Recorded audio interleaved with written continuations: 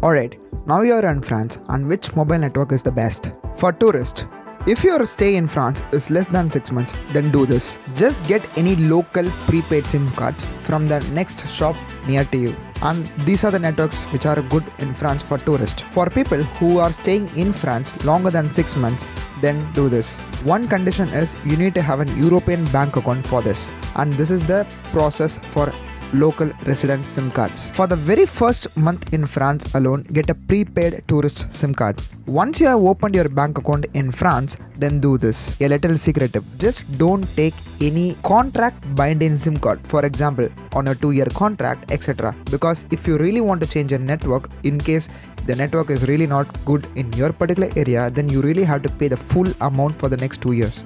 So just don't do this. So this is how you take a non-binding contract SIM card, and if you don't like it, just cancel it. That's it. You don't lose any money.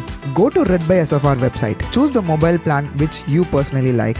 More offers will come each and every month. So just check it out. No issues, even if you're an old client. Fill in your details online.